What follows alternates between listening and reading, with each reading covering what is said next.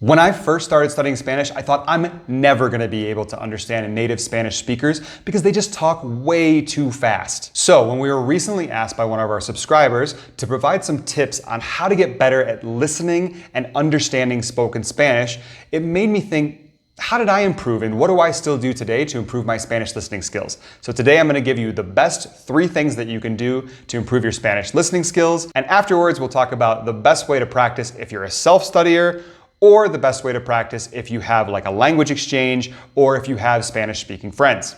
And in the middle of the video, I'll give you a tip that's really important to always remember while you're practicing. Let's get into it. Number 1 is to choose which Spanish you want to learn. Now, I know this may sound silly, but when I first started learning Spanish on my own, I was so clueless and tried to absorb Spanish from everywhere with absolutely no direction and failed miserably. And many times. Because the truth is that Spanish is spoken in 22 different countries with a wide variety of vocab, accents, dialect, slang, and you need to be disciplined in only practicing the Spanish from the country that you're the most interested in.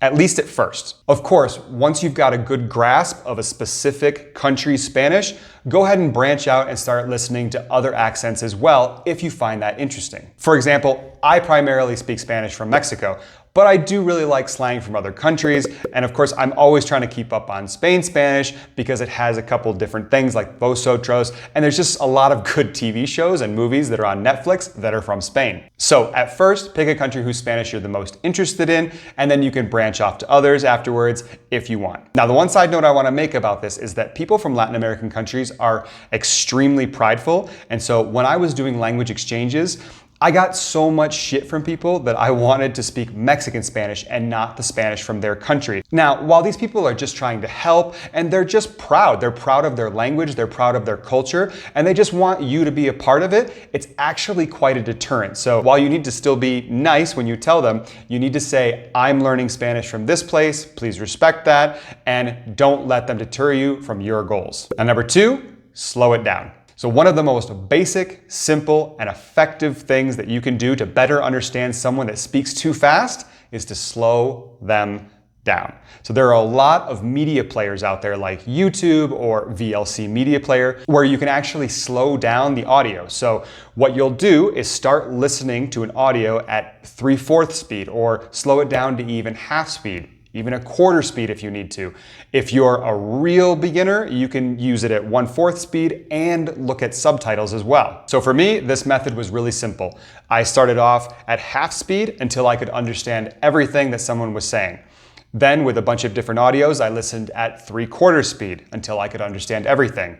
Then I started listening at normal speed, but I tended to listen to people that talked a little bit slower. Now, the trick to understand someone that talks really fast is to listen to those people that you could understand at normal speed. You'll listen to them actually faster. You'll increase the audio to 1.25 times or even 1.5 times. When you can understand someone at 1.5 times speed, then when you're listening to someone who speaks really fast at normal speed, it'll sound just like that. It'll seem normal. And that's the best way you can improve in terms of people that speak really fast. Number 3, listen to the news. In my opinion, the news is the absolute best media that you can listen to. I know this could be a little controversial or people just might not like it because not everyone likes to listen to news or stories about politics and things like that. And I completely get it. However, there are many advantages to listening to the news. First of all, it's extremely easily accessible.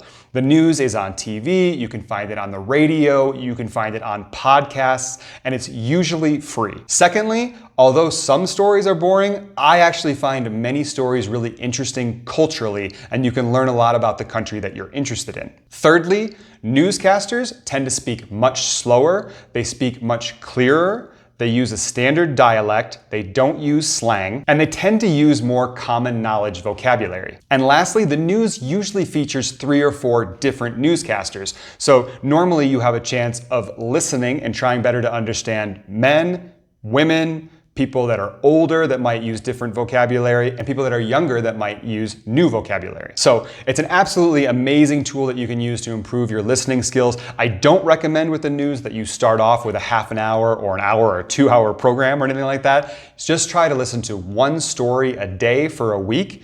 If you're enjoying it, or if you feel like you are improving, or both, keep doing it and increase your time watching the news. So those are the 3 things that you can immediately start doing to improve your Spanish listening skills. Now, the big tip I'll give you is that if it doesn't seem difficult, you're probably not doing it right. You should always practice at a level where you can do it, but it's difficult. You should feel tired afterwards. So that's the big thing to remember. If you're not tired afterwards, the exercise was too easy and you're probably not going to improve.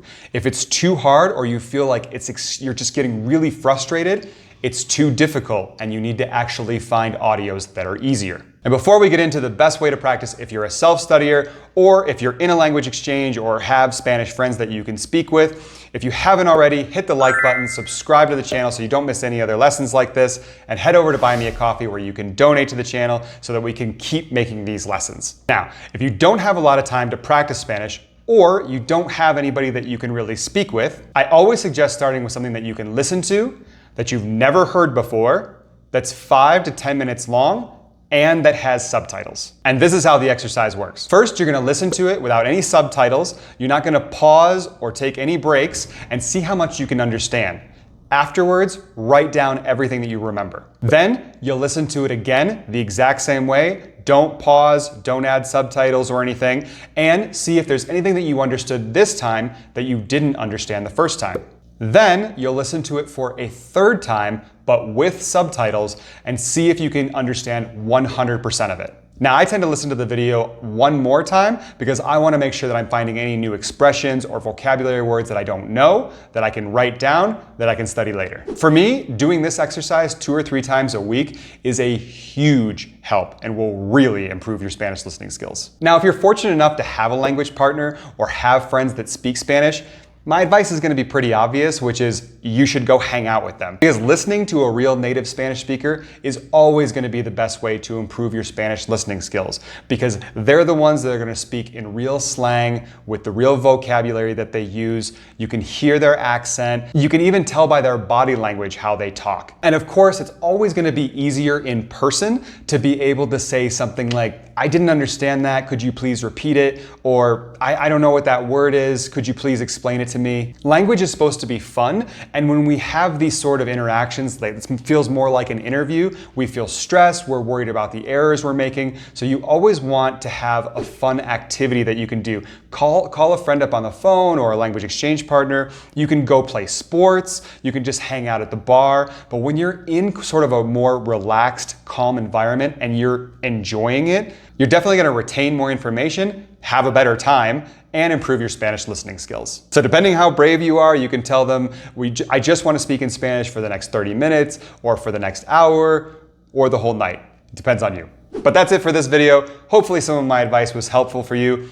Comment below if there's anything that you've done to improve your Spanish listening skills that could help our community. And now watch this video to keep improving your Spanish. Until next time.